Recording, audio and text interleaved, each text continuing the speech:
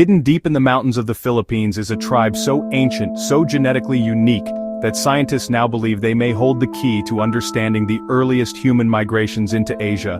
They don't live in cities, they don't follow modern maps, but in their blood, in their songs, and in their bones lies a story that rewrites everything we thought we knew about Southeast Asia. This is the story of the Eta, the ATI, and the Mamanwa, the Philippines' oldest living ancestors, and their existence could change the history of not just the Philippines, but all of Asia. When you see them, you might pause. They look different. Darker skin, curly hair, shorter stature. But that's not what makes them unique. What makes them extraordinary is their DNA. In 2011, a group of geneticists tested the genomes of various indigenous Filipino groups. What they found was shocking. The Aeta, ATI, and Mamanwa, often lumped together under the colonial term Negritos, carried genes that diverged from the rest of Asia over 50,000 years ago. That means they were here before the Austronesians, before the Malays, before any known empire or explorer. They were among the first modern humans to walk across Asia after leaving Africa. Let's rewind time, tens of thousands of years ago. After early humans began migrating out of Africa, they took two routes.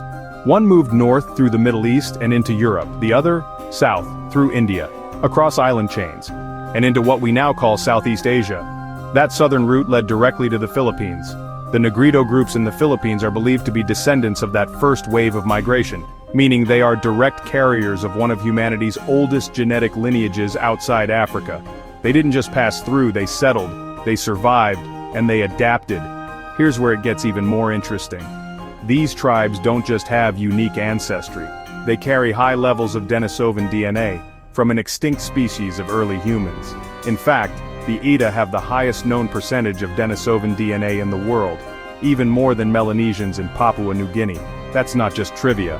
That means the Eta were part of an ancient genetic fusion, a living record of a time when multiple human species walked the earth together. It also means the Philippines wasn't just a remote island group. It was a critical crossroads in early human evolution. But science is only one part of the story. These tribes also carry oral traditions that have survived colonization, war, and displacement. Their stories speak of long journeys, ancestral spirits, sacred mountains, and river crossings. They remember myths that mirror ancient flood legends, star maps, and ecological knowledge passed down for generations. And their skills? Hunting with handmade bows, navigating thick forests without maps, identifying healing herbs and animal calls, all without formal training. They are living examples of human adaptation, wisdom, and memory. Their languages are some of the most endangered in the Philippines, and the most ancient. Linguists have found clues in Aeta dialects that hint at pre-Austronesian speech roots, fragments of tongues that may once stretched across all of Southeast Asia.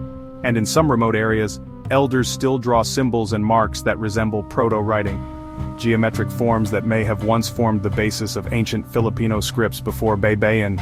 Could these be fragments of a forgotten Filipino written tradition? No one knows.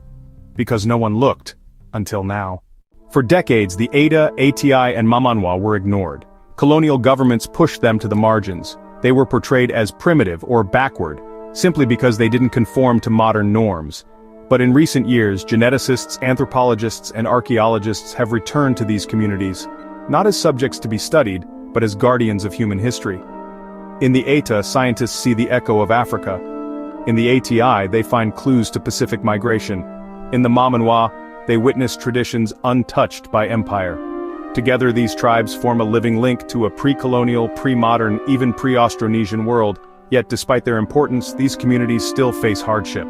They are among the poorest and most discriminated groups in the Philippines. They often lack access to education, land rights, or basic healthcare. Their cultures are being erased, one generation at a time, but they resist. They teach their children the old songs, they hold festivals that celebrate their ancestors, and they continue to live in harmony with nature, just as they have for thousands of years. That resilience is more powerful than any textbook or DNA sample. So why does this matter? Because we're not just talking about tribes, we're talking about the roots of Filipino identity. Before there were flags, before there were colonizers, before there were maps, there were people. People who walked the earth when mammoths still roamed. People who passed down knowledge by firelight. People whose blood still flows in the veins of millions of Filipinos today. To understand who we are, we must understand who we were. And the Eta, ATI, and Mamanwa, they are the beginning. If you are Filipino, this is your legacy too. You may not have curly hair, you may not speak the old tongue, but in some way, in some ancient strand of your DNA or forgotten family story, you are connected to the first islanders. Honor them, learn from them, defend them, because their survival is not just their story, it is the story of humanity itself. And if they hold the key to Asia's ancient past, then maybe the Philippines is not just a set of islands, maybe it is the beginning of something greater. Stay curious, stay proud, stay signal.